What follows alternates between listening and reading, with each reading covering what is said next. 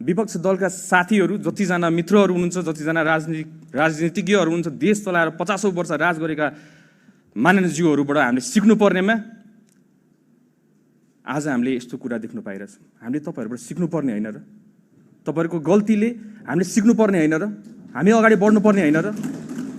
यो देश त तपाईको पनि हो। हाम्रो बहुमतको सरकार होला, तर यो देश तपाईको पनि हो। तपाईलाई पनि जनताले जितारै पठाएको। मलाई अचम्म लाग्छ आज आफ्नो यहाँ पीडा यसरी गरेर पोख्नु पर्दाखेरि एउटा मन्त्रीको हैसियतले, एउटा नागरिकको लागि हामीले हिजो रातभरि खट्यौं। म यतिकै यो आँसु झर्यो किन आफूले अथाक प्रयास गर्दा पनि नहुँदाखेरि त्यो चित्तै नबुझ्ने रहेछ। देशको कुन चाहिँ संयन्त्र चलाए, जुन संयन्त्र नेपाल प्रहरी, ट्राफिक प्रहरी जसरी पहिला नेताको मात्र रक्षा गर्नुलाई आज हिजो राति तपाईँ हेर्नु होला, त्यहाँ रातभरि नेपाल प्रहरी, ट्राफिक प्रहरीहरू बाटोभरि उभिएर बसेका थियो। उहाँहरू VVIP सेक्युरिटी दिएर कसको लागि? गणेश नेपालीको सेफ ट्रान्सफर एयरपोर्टको लागि। रातभरि सुतेका छैनन् उहाँहरू पनि आफ्नो नागरिकको रक्षा गर्नको लागि। हामी पनि त्यहाँ गयौँ। त्यहाँ गएर सबै कुरा व्यवस्था गर्नको लागि सबै स्पेशलिस्टहरू बोलायौँ, सबैजना राख्यौँ। पैसाको तपाईँ टेन्सन नलिनु, सरकारले जति खर्च गर्नुपर्छ गर्छ, आफ्नो नागरिकलाई बचाउनको लागि गर्छ, किन नगर्ने? पहिला त्यही VIPलाई मात्र सेक्युरिटी दिन्छ भने आज नागरिकलाई सेक्युरिटी दिनको लागि हरेक बाटोको कुना काप्चामा बसेको थियो।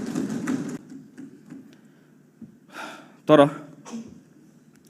त्यतिखेरको कन्डिसन तपाईँलाई थाहा छैन। किन थाहा छैन? किन तपाईँ त्यहाँ पुगेकै छैन। डक्टरसँग कन्सल्ट गर्नु पर्यो, कुरा गर्नु पर्यो। डक्टरहरू हामीले उता इन्डियन साइडलाई पनि हामीले पर्मिसन लिनु पर्यो। राति परिसकेको थियो, पर्मिसन लिन परराष्ट्रलाई हामी परराष्ट्र मन्त्री उठ्नुभयो, परराष्ट्र सचिव उठ्नुभयो, इन्डियन एम्बेसीसँग कोर्डिनेसन गर्नुभयो। इन्डियन एम्बेसीसँग कोर्डिनेसन गरेपछि उताको एम्सको टिमलाई रेडी गर्नु पर्यो। उतापट्टि आउँदाखेरि फेरि यताबाट एयरप्लेनले हाम्रो एयर एम्बुलेन्स स्ट्यान्ड बाईमा राख्यौँ हामीले। म आफै गएर त्यहाँ निरीक्षण गरेँ, किनभने हाम्रो डोमेस्टिक एयरपोर्ट जाने बाटोमा चाहिँ तपाईँको त्यो पिच भएको छैन।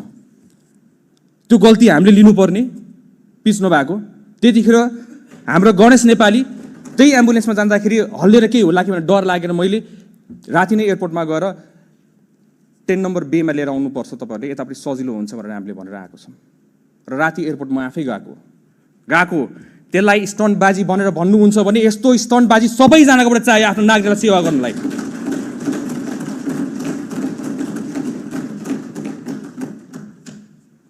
र पत्रकार मित्रहरूलाई पनि तपाईँले सोध्नु होला, जतिजना मानिसहरूले त्यसलाई स्टन्टबाजी भन्नुभयो, क्यामेरा लिएर